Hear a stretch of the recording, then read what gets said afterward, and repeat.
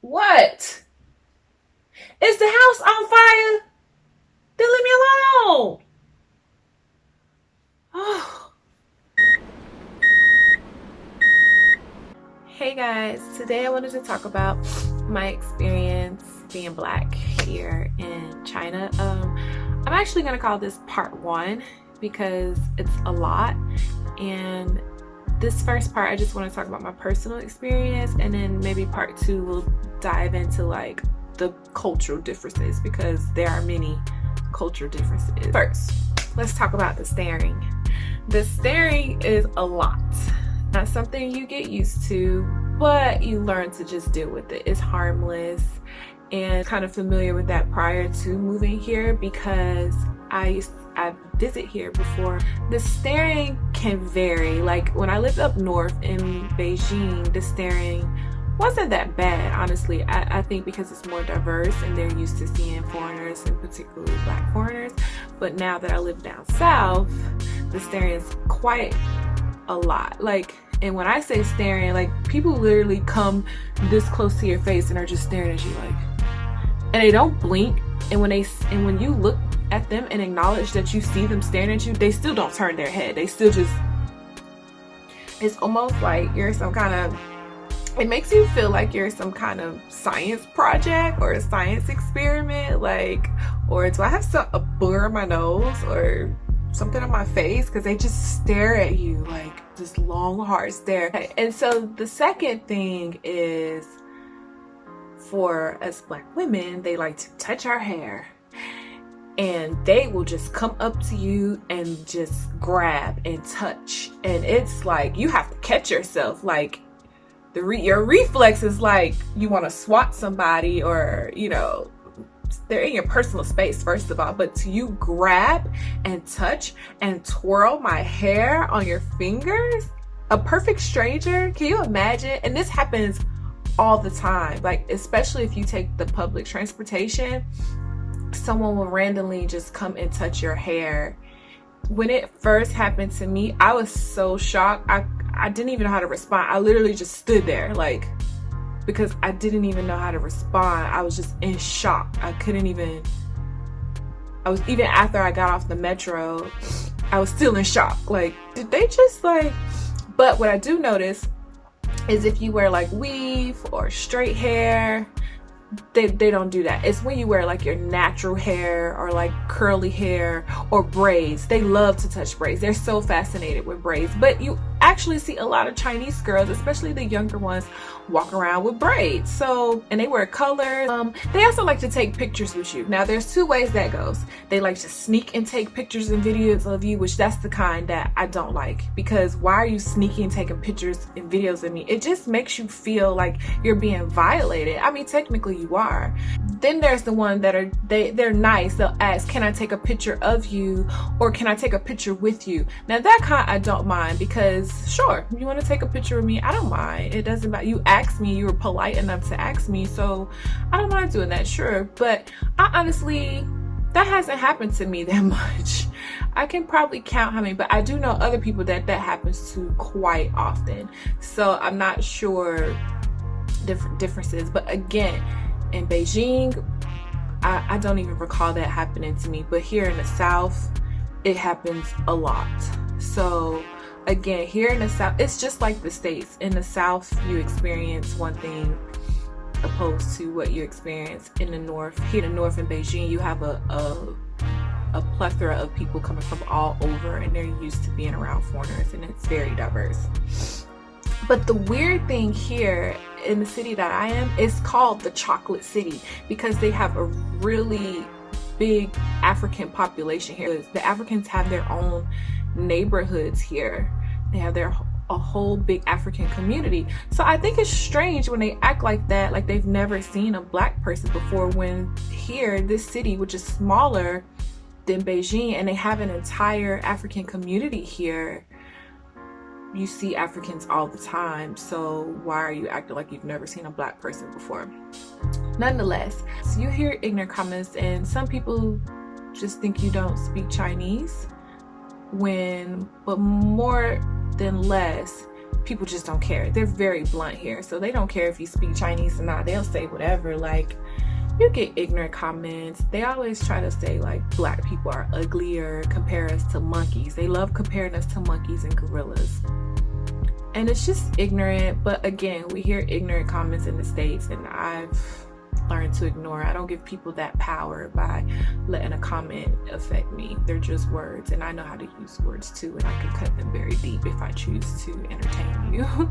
So I don't give a reaction, because then I'm allowing that person to have power over me by changing my emotional. So again, that's something you can experience anywhere. So they'll ask me, where are you from? Or they don't even ask me. A lot of times they'll be like, oh, you're from Africa. And then when they hear me speak, they're like, oh, they get confused. They're like, where are you from? And I'm like, I'm from America. And they're like, but you're black. Yeah. Like, it's so silly. Like, this is 2020. How do you think black people only live in Africa? And yes, I get it. They are very limited to what they see in the media. They are very limited to exposure to what we are exposed to in the West. And they don't have the privilege to see and experience what we are accustomed to experience, such a melting pot of people where we are in the West. I do understand that. However, you do know this world is big, and there are people in any country. There are black people in every country, not just Africa. Come on. Like, I'm sorry, I can't. Oh, and then another funny thing is, like, when I take a taxi or a Didi is like an Uber here. Actually, it used to be Uber, and they bought Uber out. And they'll ask me where I'm going, or sometimes before I can even say where they're going, they'll say Xiaobei. And Xiaobei is the African community here. That's the African neighborhood. Just let me tell you where I'm going. They do that all the time. Have I experienced racism here? Yes, of course. I've experienced racism in most places, I think, you know, like it might not be something that's said to you directly, but you feel it I'm sure any other black person can relate. It's a feeling sometimes. It's not even something need to be said, you know. But what I will say about here is very overt. I have seen job descriptions that says no black people, no African Americans, only European, only white. I mean, it's very overt. And to be honest, if I had to choose, it's not overt, it's hidden, but you always feel it, and you don't know for sure. Did I not get this job because I was black? Did I not get this promotion because I'm black? Am I treated or left out or not heard because I'm black? Especially like in a corporate environment. If you work in a corporate environment, you have this glass ceiling, this unspoken glass ceiling, and you know deep down inside, you know that the reason why you didn't get that promotion, or the reason why you haven't excelled, not because you're not knowledgeable, not because you're not experienced, not because of anything to devalue you, but it's because you're black.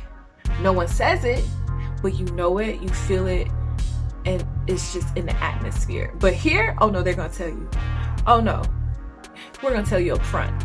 So I think that I'd rather have it that way, because at least I know, oh, I don't want to work with that company. I'm not gonna post that job because they don't want black people. Like, I don't even have to entertain it, versus me go get a job and then feel uncomfortable while I'm working there, or feel devalued because I know deep down that I'm not getting certain things that I've earned just because I'm black and because of nothing else. And, you know, not to say it's right. It's not right by any means, but if I had to choose, I would rather people just be upfront and be blatant about it, versus it be hidden and you're walking around feeling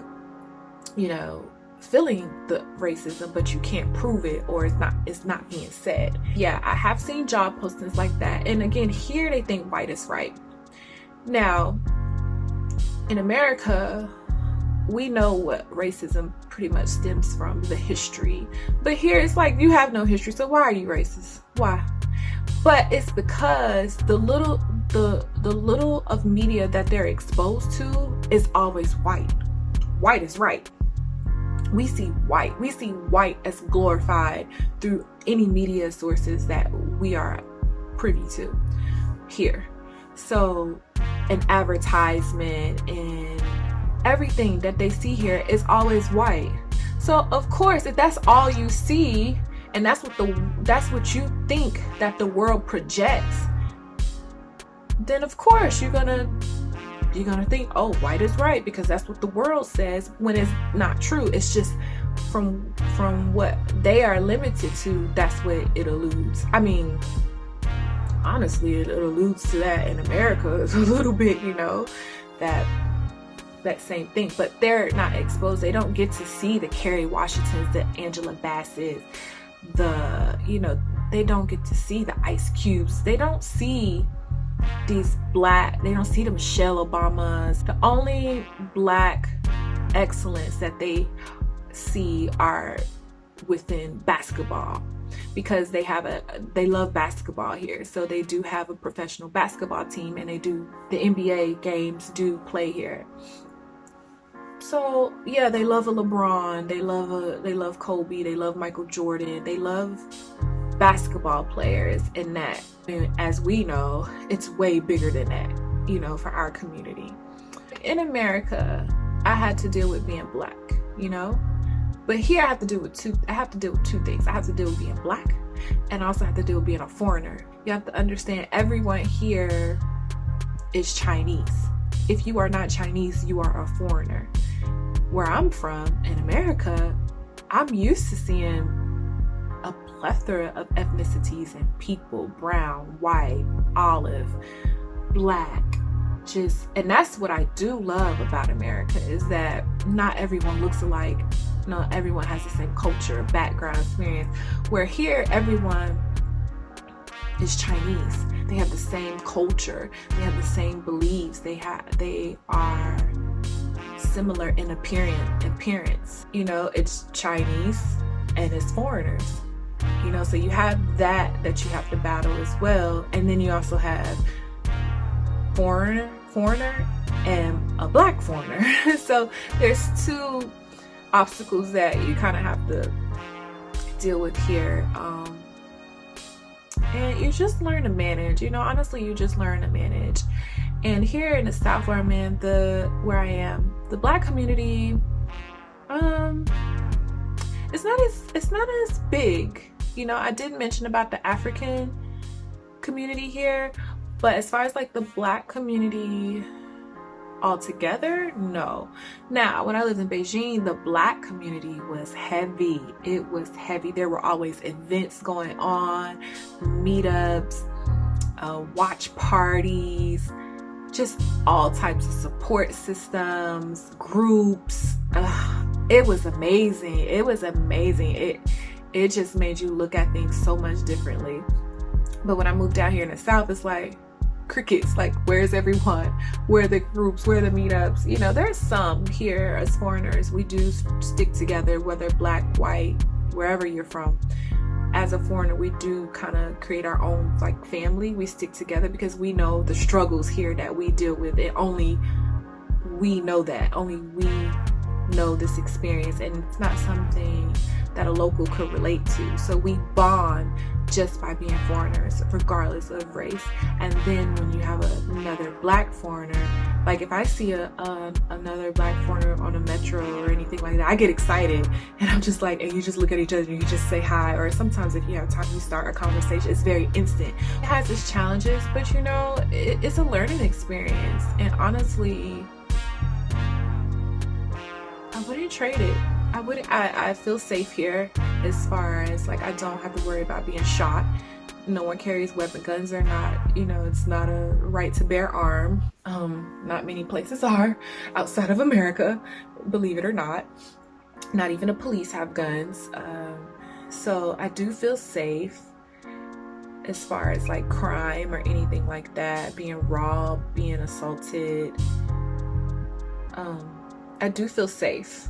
I will say that. I don't, it's been times I was out really late and walking down the street, lost down an alley, and I did not feel scared, threatened, panic, anything. There's no way in America I would be walking down an alley late night. This is a communist country, and so you can be detained for anything. I mean, anything. And as a foreigner, you can be detained and not know why and not necessarily have done anything wrong, but or you could be deported for anything really too. So some things you just have to experience and see for yourself to even fully understand. Thank you for tuning in, and you guys make sure that you subscribe and like, and I will see you on the next video.